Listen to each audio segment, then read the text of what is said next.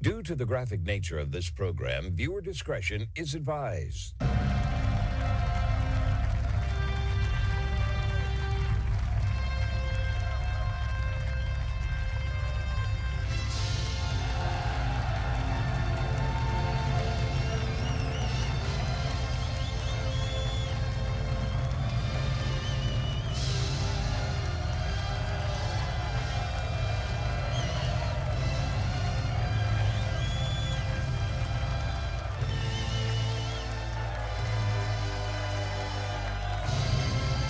Hello, everyone, and thank you for tuning in to today's broadcast. It's the Monday, June 22nd, 2026 episode of the Marco Duray Show, the only show where the facts are facts and hard truths thrive.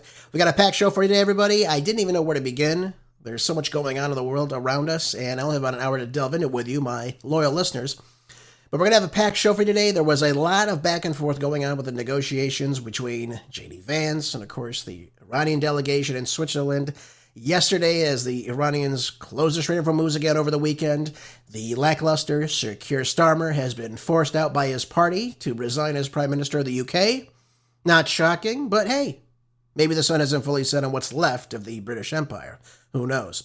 Tulsi Gabbard dropped a bombshell report at the end of last week about Anthony Fauci, with some new information about the gain-of-function research. What did Fauci know? Did he lie? Why did the DOJ allow the statute of limitations to run out? Does anybody know? I want to know. And finally, there was an explosion that happened yesterday evening at a natural gas facility inside Qatar. Some odd timing, I would say. We'll get into all this and much, much more today on the program. You'll love it all. I do want to make one announcement really quickly, though, to you, and this comes from NBC News. And I want to share this to you because it just came out this morning. Alan Greenspan, the, of course, influential economist who steered a lot of the monetary policy during Reagan's administration all the way till midway through the Bush administration, serving 5 terms as chairman of the Federal Reserve, died today, according to his wife, is what NBC News correspondent Andrea Mitchell has stated. Greenspan was 100 years old. It's amazing when you think about it. And probably one of the last living members of really the Reagan administration. Now, of course, he wasn't necessarily a part of the administration, but he did work for the administration in a key position. And what Reagan did with the economy in the 1980s was obviously very, very detrimental. We obviously saw from 1991 to 2001 a massive boom stretching of economic expansion. And by the way, Greenspan oversaw that. So there's no denying that. Of course, Reagan's work with that as well. I likened Alan Greenspan to Kevin Walsh. I see a lot of that in him. Obviously, Greenspan wasn't perfect, but I think the two believe in a lot of the same thing. And I'm hoping that the relationship between Trump and Walsh can really morph into something very positive where we can see some economic expansion come back to the United States. Now, Walsh lately came out and said that he wants to see a quieter Federal Reserve. Okay, but we need monetary policy that's going to work for everybody, not just some people. We can't go back to the old ways. We need the economy to work for everybody. Now, Greenspan was attributed to, of course, the global financial crisis of 2007, 2008, during the mini recession that we saw there, when he was advocating for deregulation of the financial sector, of course. So again, 19 years under the Fed, he's going to have some ups and downs, of course. I really can't say too much more about him, but I do want to share one thing, though, that I thought was really interesting, too. When I was coaching in Southern California, one of my coaches, one of his wrestlers, actually...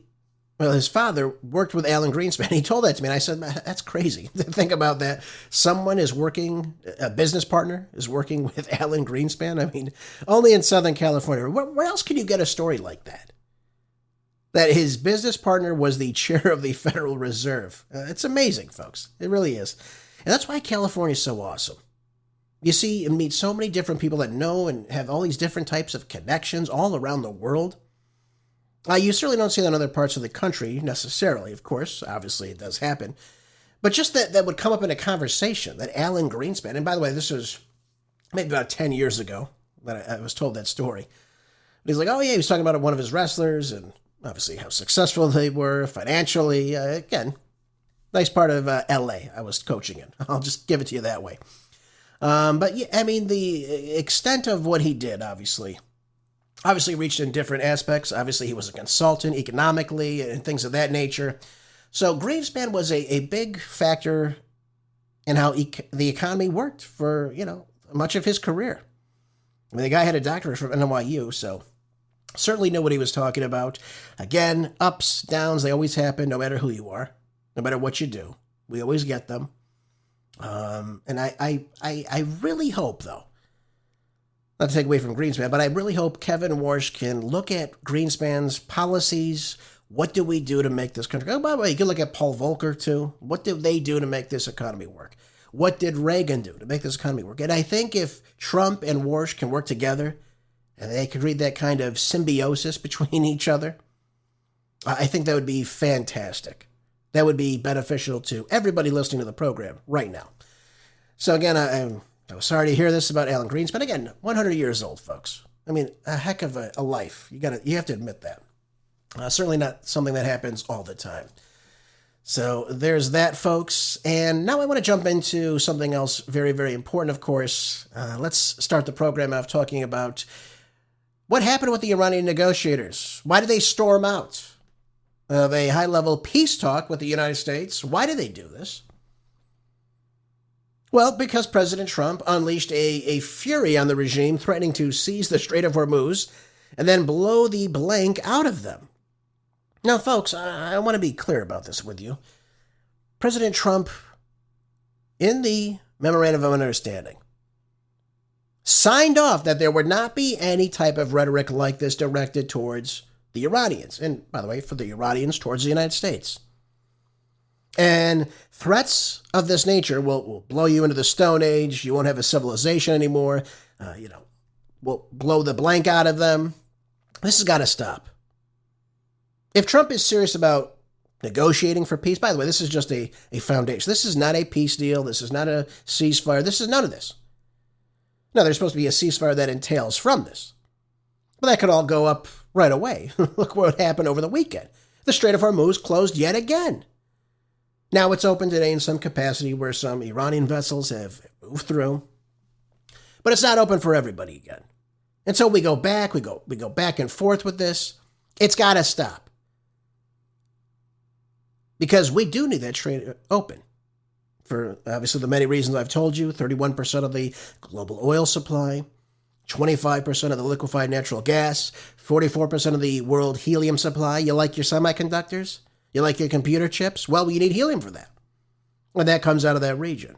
Sulfur, aluminum, nitrogen, urea, all these things that are crucial, folks.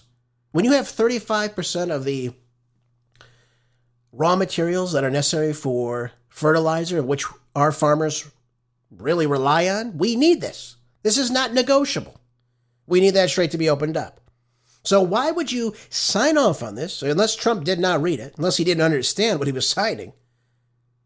But why would you go directly while you're speaking to the Iranians? They've shown up to Switzerland. J.D. Vance is there. He's there spearheading these negotiations. Again, you're undermining what J.D. Vance is working towards. And then you say something like this will blow the blank out of you. And again, I'm not going to use the terminology he used. His vernacular is awful. But this just goes to show you, Trump is not serious about this. And I was hoping that at least something positive would come from this in terms of we'd get some type of negotiation starting. We'd get something in writing that will stop this. We will no longer continue this senseless conflict in which we are not going to win. But it's very, very evident to me. Trump did not understand what he was signing. Because if he did, he would realize he signed a surrender document. Not a document that is causing the Iranians to surrender, and he's going around and telling people. Again, we're off to a rough start with this, as one could imagine. And by the way, we knew this could go up in smoke at any time. We know Israel's continuing to run roughshod over Lebanon. Hezbollah's firing into the IDF. Again, it's going on because, again, both sides are not serious about peace. There's no other conclusion you can come to with this. Now, the U.S. can waive oil sanctions, but again, if we don't have the strait open for all ships, If we haven't demined that region, which again is going to take several months, what do we have? We don't have an open strait. We don't have a free flow of cargo and raw materials and petrochemicals flowing through the region. I mean, how do we have a president that's speaking to other world leaders like this? This is not a real estate negotiation, folks. We are dealing with another country. You cannot just bully them around, especially when they have won militarily. I'm not saying they defeated us, but I'm saying they have won this conflict so far militarily with us. Then he goes and says this. Listen to this. You won't even make it back to your blanking country. This is what an irate Trump told Iranian leaders. This is according to Trey Yingst at Fox News. Then he's furthering his threats, saying, you close it, referring to the Strait, and you won't have a country. We may take over the Strait if we have to. I'll blow the blank out of them. I mean, again, how do you sit there one day and sign off on this? That we have a foundation to work with, again, that the Iranians clearly presented to us and we signed? Ironically, in the Versailles Palace, where the Treaty of Versailles was signed by Germany in 1919, it was, again, it was a surrender document. And look what Trump is doing, the exact same thing. He just doesn't understand it because he probably didn't read it. And I try to give Trump the benefit of the doubts, but again, look what he's doing. Again, folks, I try so hard, but then he does something like this. This is unbelievable. This is irresponsible. This is not making for a better global economy. This is not good for the United States. It's not even good for Israel. Now, we know they want the war to go on. They know they want the United States to take down Iran for them. That's, again, the case. That's what it comes down to. But this is not going to work. So when Trump signed this, I believed, okay, he understands, listen, we've got to make these concessions. We've got to give them back their money. We've got to open up that strait. We'll allow them to have a toll system, but we've got to get the strait open. That's the key point. And when he was briefed that the strategic petroleum reserves is reducing to about, 17 days, maybe we get into mid-July, maybe, and then we have no more oil to allow to be utilized for emergency purposes, we're in lots of trouble from that point. So you might see oil coming down right now. I don't deny it. We know the price of oil is coming down. It's in the mid to high 70s right now between the West Texas Intermediate. Brent crude right now, I think, is trading around $77, $78 a barrel. But what happens in a couple of weeks when there is no oil to refine? When there is no oil coming in? What do we do then? This is the problem. The reality has got to set in. I think at one point, Trump allowed that reality to set in. He said, hey, I've got to do something. We're not getting what we want just by talking. Let's get to the table. Let's at least get this Strait opened up. Let's create a framework to negotiate. This is what we're trying to get to, the negotiations. Right now, we have no deal. We have nothing to utilize for leverage for these talks. We have no peace yet. And as a result, that the war continues on. So while the rhetoric sounds nice, while things sound good and peachy, they're not. They're not. Especially when you have rhetoric like this. How do you think someone would respond to this if they were speaking to you like this? Now, we could talk about the Iranian nuclear weapons program. We could talk about their civil, medical, nuclear program, if you will. Reopening the Strait. But none of that means a damn thing if we have the fighting between Lebanon and Hezbollah. And should they not stop, then we have no negotiation. We have nothing to work on. We have no framework. Point number one, all fighting stops on all fronts, and that includes Lebanon. That's what they've said. That's what Trump signed off on. So either, again, Trump believes that Netanyahu could do whatever he wants still. Again, I have no idea. But again, where do we go from here? We go nowhere. We're in limbo right now. Trump's throwing out different new things now that he wants. Again, taking his rage to Truth Social now, blaming Iran for the fighting and demanding that the regime keep Hezbollah in line. Hezbollah is only firing into Israel or firing at the IDF because they're in their territory. Hezbollah is a part of southern Lebanon. So now Trump is on Truth Social. He said this. Listen to this. Iran must immediately stop their highly paid proxies in Lebanon from causing trouble. If they don't, we'll hit Iran very hard again, just like we did last week, only harder. So again, I don't know how you can have a basis for framework. I don't know how you have negotiators show up and then hear this nonsense. I don't know. Maybe he's trying to, again, destroy everything with this. Make J.D. Vance look awful, which he obviously does. Can you imagine if you're negotiating with somebody, you're trying to make a breakthrough with something, trying to negotiate peace, and then you have somebody writing on X, all this, or Truth Social rather, all this stuff about blowing the blank out of them, we'll hit them even harder. Again, we could hit them all day. It didn't work. We hit, 13,000 different targets? Didn't do a thing. Didn't stop them. We still didn't have military control of the Strait. So what is he talking about? How is he going to gain military control over the Strait of Hormuz if he couldn't do it already? That's my question to you. Why not? What's taking so long? And if we could have done it, why are we doing it right now? Because they can control it. They have all the cards. They have the power to hold that. They have the minds in place. And when we saw in the recent weeks when a U.S. vessel tried to cross the Strait, they turned around pretty quickly, didn't they? Not too bad for a country that has no Navy, no Air Force, and no air defense systems. I want to play for you really quickly, though, before we move on to another topic about this. J.D. Vance did speak about the progress that was being made with Iran, and he seems to think that things are going well, at least for the time being. But in this point here from Fox News, he makes about 3 different points. We'll break them down individually because I want you to hear exactly what he's saying right now and where is our focus in these talks. Just accomplish 4 things for the American people. First, we wanted to build a mechanism for keeping the Strait of Hormuz open. It is open. We've seen, of course, gas prices and oil prices come down, millions and millions of barrels of crude and natural gas flowing through the Strait of Hormuz that weren't flowing before. But we also wanted to make sure that we actually set up the coordination mechanism so that we could demine the Straits of Hormuz, so that when there are the conflicts that inevitably come up, we can make sure we work through them rather than that leading to escalation. And that is exactly what we did yesterday. So here's the first problem. He talks about demining. That is going to take you 6 months to demine that. Even if you started today, it'll take you about 6 months. So what are we in? December? It's going to take us that long to fully go through and demine that entire strait to make it safe for crossing right now? And just so we're all understanding the same thing, folks, before this war, the strait was completely wide open.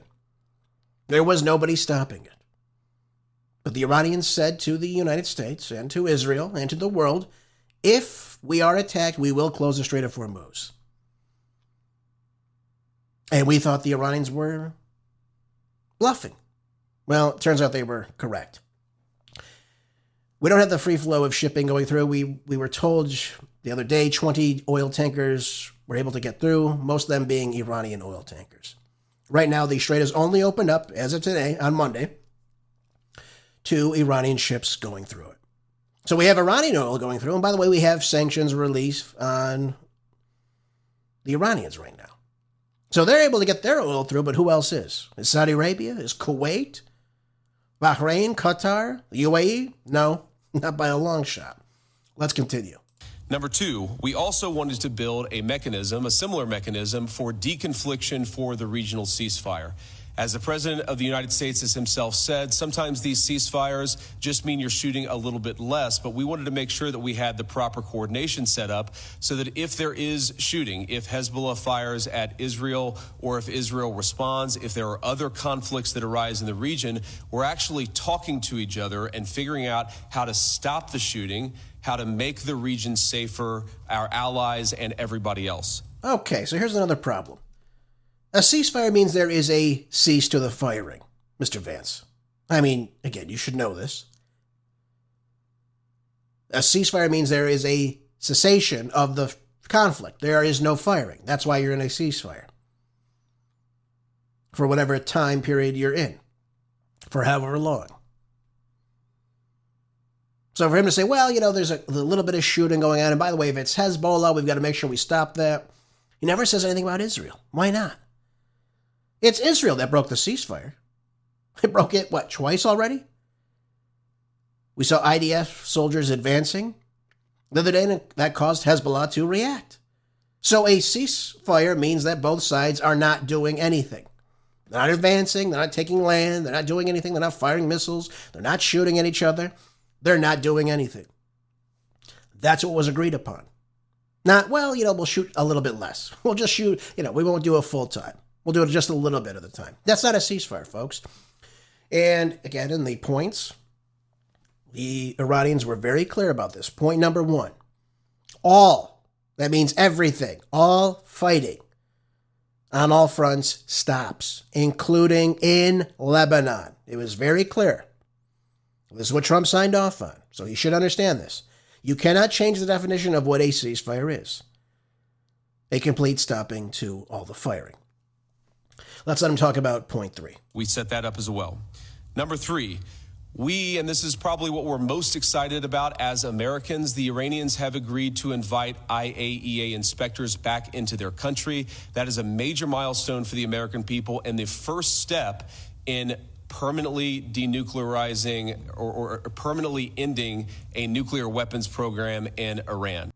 We already had that with the JCPOA. We already had IAEA inspectors going in. You can listen to reports from Rafael Grossi about this, who again said exactly what I've told you, that there is no nuclear weapons program. They have a civilian program. They have a medical program. They are not building a nuclear weapon, though. They signed off on this. And by the way, the Iranians, even after Trump took us out of the JCPOA in 2018, which again was ridiculous, didn't replace it with anything, even after that, the Iranians still allow the IAEA to come in and inspect their facilities. Now, of course, you hear people like Marco Rubio and people of the such coming in and saying, well, the Iranians were never honest. They try to hide things from the weapons inspectors. Again, there's no proof of that. Where's the proof of this? Again, if there was proof of it, there would be a nuclear weapons program. And then they go on and say, again, more baseless things. All the nuclear dust is buried deep within the earth. Then how do they have a nuclear weapons program? What are they feeding into these centrifuges, these cascades? What are they doing? How are they doing it? We were told they had about, 900 kilograms of the 60% highly enriched hexafluoride, uranium hexafluoride. So, again, if it's buried deep within the earth, how are they building a nuclear weapon? How are they only weeks away from building a nuclear weapon if it is inaccessible even to the Iranians? Does anybody want to answer that for me? Where is the logic in that statement? So either we didn't get all the nuclear enrichment, or they have access to it. But again, if they have it buried deep within the earth, and Natanz, Fordow, Isfahan, then how are they building a nuclear weapon a year later? If it was destroyed last June, folks. Again, I really want to understand this, because it doesn't make any bit of any sense to me. That being said, again, we talk about all these things that are going on. It's getting more and more out of hand. We think we're making a breakthrough. Then Trump goes out and says something completely outlandish about what's going on, threatening the Iranians yet again. That is not going to get them to the table. The bullying has got to stop. You are in negotiations. If this is how Trump used to do his business deals, then there is no art of the deal. That's not a deal. That's all threats. Threats are not deals. I'll just say that to you. But I do want to say a couple other things, too, that are, again, blocking these talks from going forward, at least getting us good negotiations. And this comes from Reuters, ladies and gentlemen. Now, let me take a look at this for you. So, again, we understand exactly what's going on here. It says here, Israeli fire kills 9 people in Gaza, including a child and journalist, so medics say. So, even if there's a ceasefire in Gaza right now, which, again, everyone's eyes are off Gaza, it's now on Lebanon, it's now on Iran, we still have, during a ceasefire, we still have people getting killed inside Gaza. Over 1,000 estimated Palestinians, 4 Israeli soldiers have been killed in Gaza since the October truce. So if we're not even honoring a ceasefire inside of Gaza right now, how can we come out and say that, oh yeah, we're going to definitely have one in Lebanon? Well, we know this entire time there have been shellings, there have been bombings. There's been lack of humanitarian aid to come to the region. Why are the Israelis still striking inside of Gaza during a ceasefire? What's going on here? Where is Trump? He's supposed to be leading this board of peace in the region. Where is it? There isn't one. And again, that's part of the problem. That's why the Iranians want this deal to be signed, and they want it to be honored by the UN Security Council. They want other people to recognize, they want other countries to recognize this. That yes, this is what the United States said they were going to do. This is what we said we are going to do.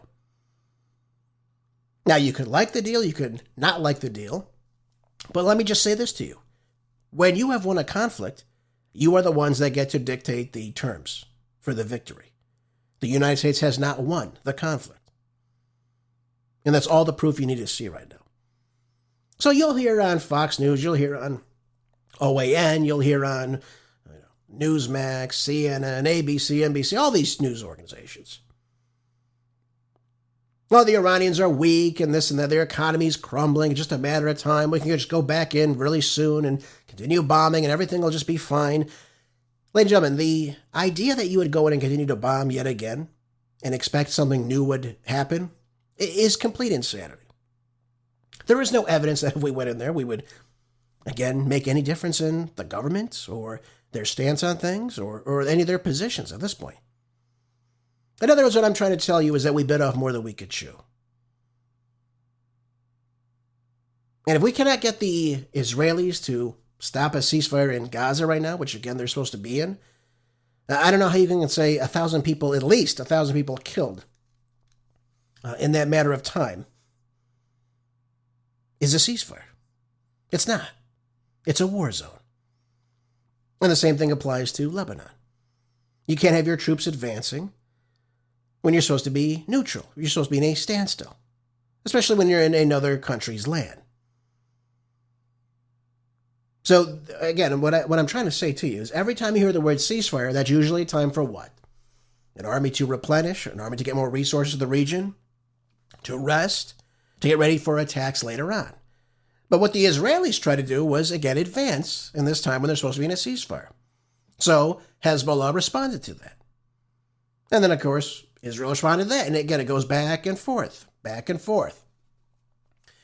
And just in case you don't believe me or you think I'm being too critical of Israel, folks, let me just point this out to you as well. This comes from the Times of Israel, and it says, well, good old Ben Gvir, right? Itamar Ben Gvir. This is the National Security Minister of Israel, and this is what he's saying right now. Just in case you believe that these ceasefires, that this conflict with Lebanon is going to stop anytime soon. It says, after paying heavy prices over the past several years of war, we have reached the point closest to a decisive victory. This is what Ben Gvir just said. He said that he's describing, arguing what he calls weak ceasefires. And he wanted to say that the equation must be very simple and clear. The state of Israel must be safe. If Israel is not safe, Beirut will look like Biet Hanaun. Again, I don't know what that is, but it doesn't matter. It says here, the state of Israel must act out of a clear principle. We appreciate our friends. We love President Trump. We first and foremost, the soldiers of Israel. First of all, our fighters. First of all, our residents, is what Ben Gvir says. Now, let me play you a clip of him, though. You know, that sounds nice, doesn't it? Well, you know, we love our troops. We love President Trump, right? He's given us everything. We love him. But listen to what he has to say next, again, about Lebanon. Take a listen. Lebanon, all of Lebanon should become our playground. All of Lebanon should be our target. And people say to me, wait a minute, but there's Lebanon and there's Hezbollah. I don't accept this artificial distinction. Lebanon is a country. There are Hezbollah members in the Lebanese government, ministers on behalf of Hezbollah. It has a revolving door policy. Does that sound like there's the ability for negotiations if we're going to lump everybody into Hezbollah? Hezbollah, which formed because of, again, Israel's illegal invasion of the country in 1978. Again, folks, there's a history here that spans through a long, vast period of time. Israel's illegal occupation in southern Lebanon in the late 1970s, the early 1980s, is what birthed Hezbollah. That's what it formed. It's part of a political party. And their faction is, no, we're not going to allow this to take place. And you can look at other things too. The Lebanese government itself is really just a puppet government for the United States. That's why they always continue to stand down anytime Israel does anything. But this is problematic. If there was no illegal Israeli invasion into the country right now, if there was no illegal occupation, which again violates UN Charter 242, look it up if you don't believe me, there would be no Hezbollah. Hezbollah wouldn't exist. And the same thing goes with Hamas. Hamas would not exist if not for the clean break policy. Again, you can go read that online if you'd like. If you don't believe me, go look it up. Look up the clean break policy. Look up what mowing the lawn means. My God, look at the history of the region. You'll see it. It's all there, folks. And I don't say this just to put people down. I'm just saying this because these are the facts. We have to acknowledge the facts. This is why this is happening right now. So they could say they love Trump, they love this, but what are they doing? They're turning their back on Trump. They're not happy with Trump. So now we're going to mince everybody is now in Hezbollah. And again, they can designate Hezbollah as a terrorist organization. So now it makes sense. Okay, well, we can kill everybody now. We can get rid of everybody. We can remove everybody. We hear the same rhetoric about people in Gaza. Every Palestinian is a terrorist. Every Palestinian is a barbarian.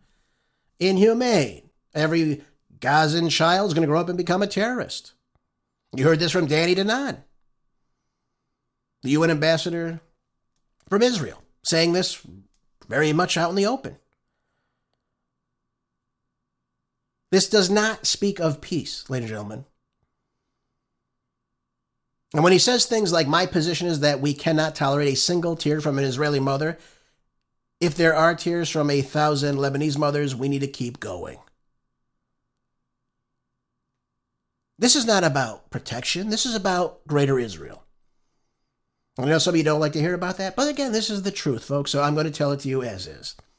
This is what they want. They want the land for themselves, and this is where they're going. And again, can Trump stop it? Apparently not. Apparently not. I had a clip from Netanyahu, too, from Judge Andrew Napolitano's show. Brilliant clip. I'm not going to play it for you, though, right now. But again, it just reiterates exactly what I'm saying to you right now. He gives some random hypothetical. This is why we're doing this. Everyone claps like seals, and you know the routine. Again, not based on any bit of reality. But here's my point. By the way, Paul Craig Roberts, again, writes brilliantly about this. So I'm going to read a little bit of this to you as well. He asked, is Trump delusional or is he deceiving his supporters by painting defeat as victory? That's a serious question. Is he delusional? Did he not understand what he was signing in the MOU was a unconditional surrender? But not by Iran, by the United States. Again, the Iranians made the 14 points. This is what we were looking at. This is what we're going with. So it's the Iranians that are accepting, of course, the United States does not want the Iranians to have a nuclear weapon. Fine. But when we look at this, when we see this, this is a capitulation by the U.S. Iran has surrendered nothing. But again, the rah-rah American crowd will prefer the lie to the facts. This is the problem. Many Americans are just not seeing the reality of what's going on here right now. This is part of the problem. And he says something really interesting. He says, when reality is unpleasant, they retreat into this kind of fictitious reality created for them by the political masters, the prostitutes, think of the legacy media, all their pundits, the corporations, anything they put forth. They would rather be unaware and unstressed than stressed and informed. So Trump keeps them up by placing all these different situations to them about how we've defeated them, how the U.S. and Israel have, again, forced the Iranians into this unconditional surrender, and this is America's victory. We have no victory here. Where's the victory for this? Again, I encourage you to go read the 14 points if you have not already. Where is our victory? We had a strait that was open before this war. We had no toll system in that strait, which will be there after the 60 days of negotiations, whether we like it or not. Trump is not going to control it, whatever he might say to you, or Lindsey Graham, or anybody else like that, because we would have done it already. So the big question is, where do we go from here? When are people going to say we've had enough of this conflict? Again, we're seeing gas prices come down. People get excited. They think, okay, good. Everything's working out accordingly. That evil Iran, that number one state sponsor of terrorism, is no more. We defeated. Look what Trump did. See? Promises made, promises kept. Except he promised to us that there wasn't going to be a war. That he would work on diplomacy rather than, of course, wars. And of course, he backtracked. Well, I didn't say there would be any wars. I just said there would be no forever wars. This isn't a forever war. We've only been there for a couple months. Get cozy, folks. It's okay. No, you ran on no new wars. I've played you the clips. You can go back and listen to them whenever you want. No new wars. And again, when you have the precipice for this is that Iran had a nuclear weapon and they were going to have it within a couple of weeks. And then you come back and tell us, well, Iran and their nuclear dust is buried under all these nuclear facility sites. And then I ask you the question, well, how do they have access to this? How are they this close if everything's been buried underground and it's been there for, well, now a year? They can't get to it to give it to us, and we can't get down there to get it. So how are they making a bomb with this? Again, I'm asking for a friend. I don't understand this. So when we're told so many different things, it's just so discombobulated. It doesn't make any sense. There was no reason to have this conflict. It was obviously Israel's doing for regime change. They don't want to admit that. They want to make it now surrounded around this nuclear weapons program, which, again, does not exist. You can look at CIA information. You can look at, obviously, Tulsi Gabbard's information. You can listen to Joe Kent. These people saw the information. They saw the documentation. There is no nuclear weapons program. So you're going to bomb a country that doesn't have a nuclear weapons program, so they don't have a nuclear weapons program? And if they wanted to build a bomb, if they're always so close, why not after JCPOA ended? Why didn't they build a bomb then? Why did not during the Biden administration? That kowtowed to them. Why didn't they build a bomb then? I'm not saying I want a nuclear-armed Iran, but what I am saying to you is that you cannot just make things up and expect everyone just to follow along with it. Either they have a nuclear weapons program, they have the capability to do so, or they don't. And everything leads to that they weren't working on a nuclear weapon. That's the fact. And as a result of all this, folks, the death toll in Iran right now since the war began is about 3,468. Again, this is from the Iran's Ministry of Health, between 8 months and 88 years of age, folks. 7 infants, 376 children, 496 women that we know of right now. And don't even get me started about the 168 school-aged children, girls, many of whom were incinerated because Pete Hegseth decided to remove the rules of engagement, took away the civilian harm mitigation risk that is supposed to be followed where we avoid strikes in areas where there are civilians. We did not do that. We didn't do positive identification. Again, we should be going in and looking at all these sites. But again, this is all recklessness. According to Pete Hegseth, these are stupid rules of engagement. No, Pete, these are international law. You don't bomb and kill civilians. You don't do that. And so I have to ask you again, does Trump really know what's going on? Does he realize he signed his own surrender to the Iranians? And he agreed that this is going to be the framework of which he works on. Again, it appears not, because he's very miffed that they're going to have tolls on the Strait of Hormuz. And of course, that if any of that rhetoric were to come back, for instance, that they would close it again, that the talks would cease to exist. And I think it's putting him in the position I said that could happen as a result of this. What did I tell you a couple of weeks ago? There's intel coming out that if this does not work out, that if the Iranians completely disassociate with these negotiations. They leave the non-proliferation treaty, and they actually get or acquire a nuclear weapon and detonate that inside Iran. That is a possibility that could still happen. I hope it doesn't happen. I don't want that to happen. But why would you push a country to that position? And by the way, we know they know this because Marco Rubio knows this. That means President Trump knows this. If I know this, they know this. And I'm getting my intel from people that know people that run intel in a specific country. I won't say which country. But this is what was being said by very reliable sources. We're still in realm for that. So if we don't want a nuclear-armed Iran, why push them in that direction? Why push them in that? Does Trump want to be the president that was the president that allowed them to build a nuclear bomb?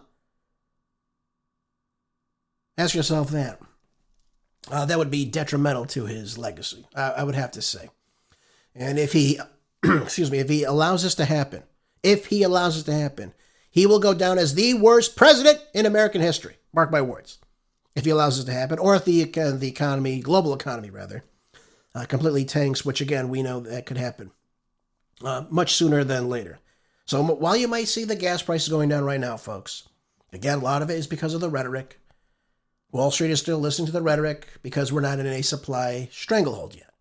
Once that stranglehold exists, once they realize this, you can go look at the words from the CEO of Chevron. We're about 1 billion barrels short of oil. That's a lot of oil in this country. We don't get the proper amount of oil coming in from Venezuela, from Russia, obviously from the Middle East now, where this crude oil comes in that is used to create diesel, which allows for the transportation of all of our products all across the country on these trailers, which we need desperately. If we don't have that, we don't have anything. And when those costs go up, everything else follows suit. So don't say I didn't warn you, folks. All right, let's move on. Again, I got another very good article for us. This came out yesterday. And I'm not going to spend too much time with this. This comes from the Wall Street Journal. A blast tore through Qatar's key natural gas facility, leaving 13 dead and injuring dozens of others, rattling one of the world's most important exporters of liquefied natural gas as it tries to restore shipments disrupted by the Iran war. So here's how this works. Inside of Qatar, they're connected to this region of the Persian Gulf in which they extract a lot of the liquefied natural gas in the world. Lots of it.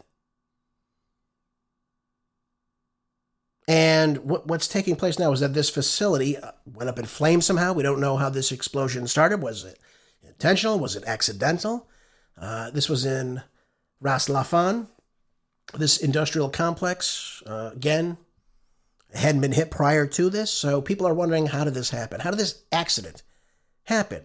Now, I haven't seen information as to where in the facility it was exactly. I saw where it exploded, but I don't know what exactly exploded. We don't know yet.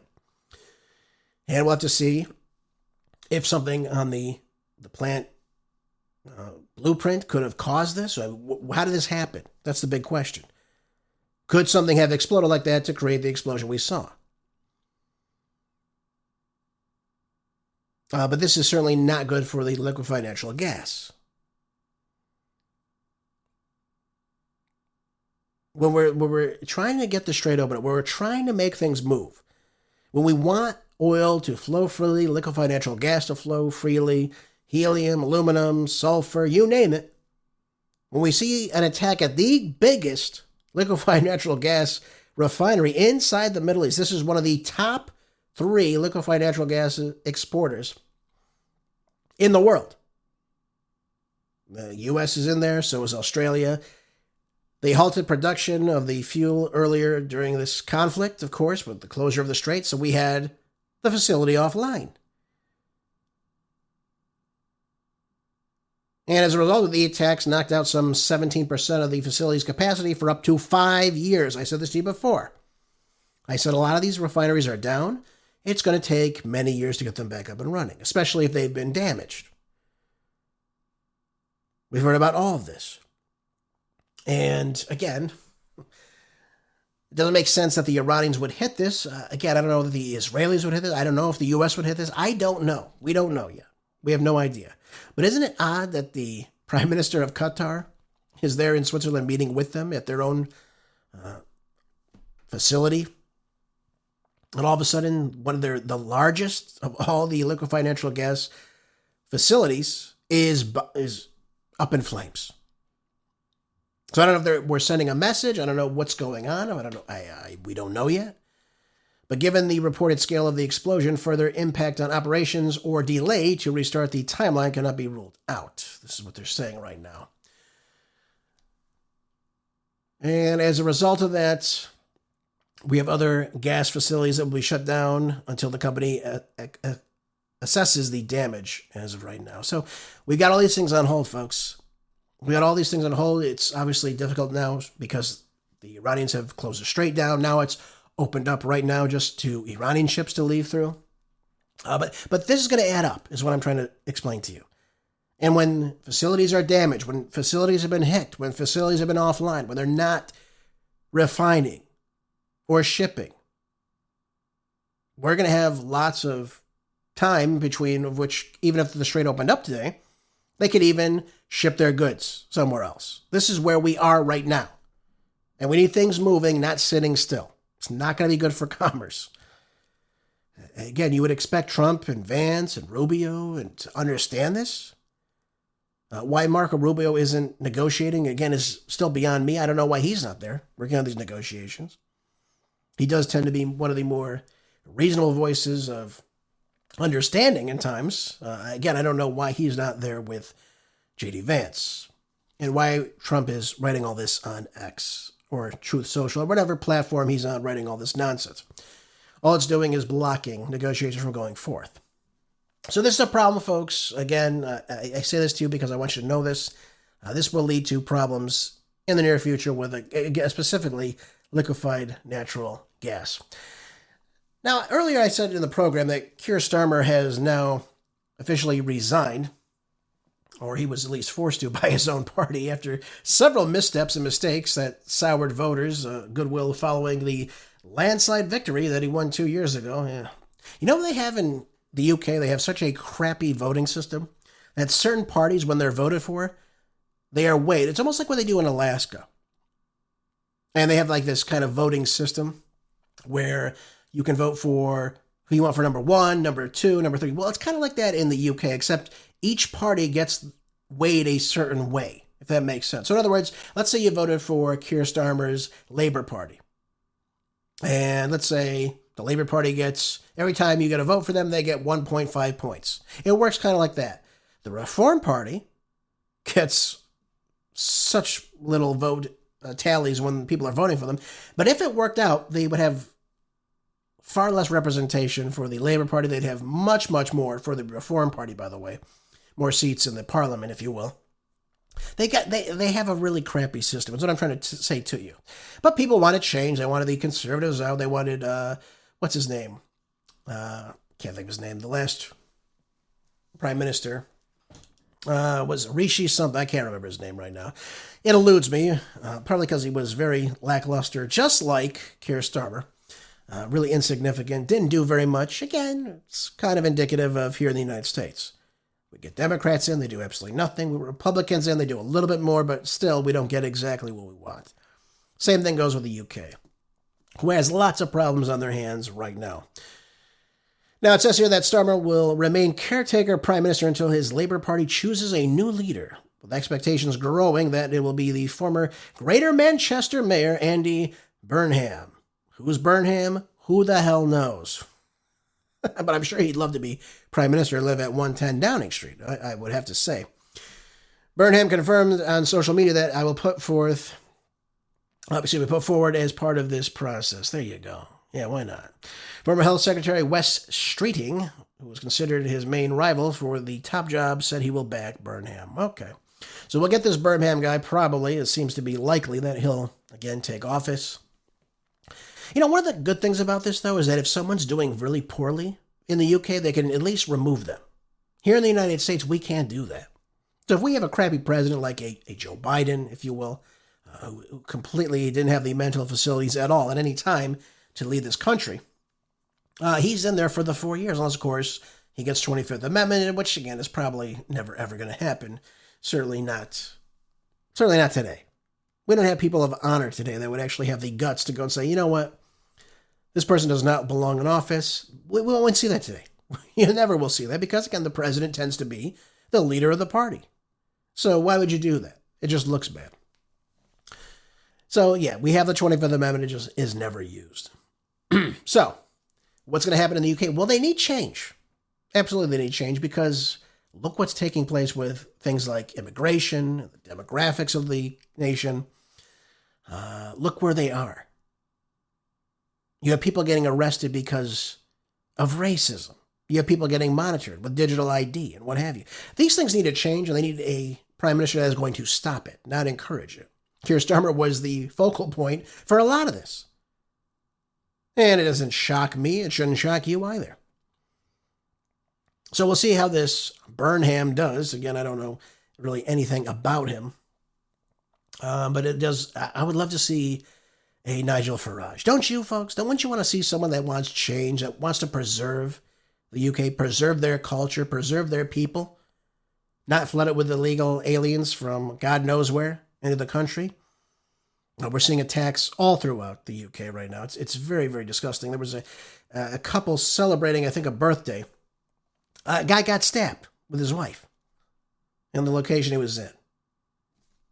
Just like it's nothing. Just like it's nothing, folks. And we see it through in Paris. We see it in Rome, Italy. We see it all over the place. See it in Germany. But you can't be a racist. You can't say anything against your attacker or mugger. No. We saw what happened to that young gentleman. That Henry Nowak, I believe his name was. Saying, hey, I've been stabbed. And they're going, oh, no, you haven't, mate. No, you haven't. I don't see any stab wounds there. We got to put you on arrest, mate. You said something about this gentleman who's a fine young British man from, where the hell was he from? Pakistan? Who the hell knows? Not that there's not great people from Pakistan, but you got my point. The UK is a mess. They need change. They need change right now. Nigel Farage is probably the only one that can deliver it. I don't think this Burnham, even though I don't know anything about him, would do anything to change that. Just, again, want to be honest with you. Let's move on, though, to change we need to have here in the United States. This comes from Newsweek. It says Tulsi Gabbard drops documents she says relate to COVID. And what did Anthony Fauci have to do with all this? This is the big thing right now. These documents that were released late on Thursday, which were, again, a part of the Office of the Director of National Intelligence, described a years-long declassification review, including internal communications, whistleblower allegations, intelligence-related material tied to debates over how the coronavirus pandemic began. You know, the pandemic that, 5,000 people died worldwide. And of course, we had to call this a state of emergency and close everything down for 2 weeks to slow the stupid spread of a virus that wasn't affecting anybody. Bunch of nonsense. Anyways, I never fell for this. I got to be honest with you, folks. I never fell for this in 2020. I really didn't. I don't say that to you because I have a show now, but I never did. I knew right away that the masks were nonsense. They were garbage. They didn't do anything. I knew the shot would be catastrophic, again, based on the information I was being told at the time by people like Dr. Sherry Tenpenny, Dr. Brian Ardis, Robert Malone. Again, you go through the list of these doctors. Dr. Malone invented this technology. He said, wait, we shouldn't be doing this right now. But what did Anthony Fauci, the pill pusher, do? He tried to push it on you every single time he could.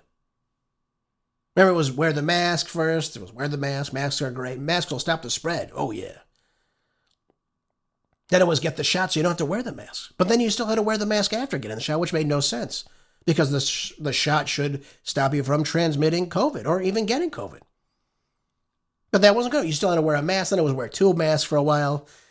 And then after they let this run out, which, by the way, Gavin Newsom in California, where I was at the time, just loved the martial law that he put on the people of California. How he could win a re-election, how he could survive a recall, again, is still very much beyond me. But again, you saw what happened in the LA mayoral race.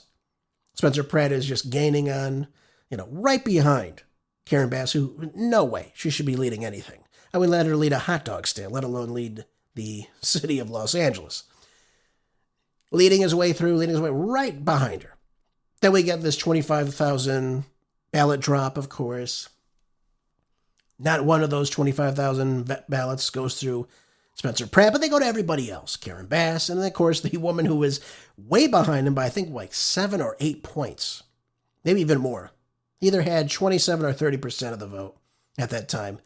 She comes in from 20% and just totally surpasses all of them with the votes that they found.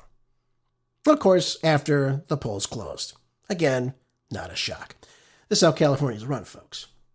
For those of you that didn't know. Anyways, I digress. We're talking about COVID. Why does this matter right now? The release of these documents is the latest step in, of course, the current administration's broader effort to revisit decisions made during the pandemic and scrutinize intelligence and scientific practices. This is good. Now, what do the documents claim? This is the biggest part.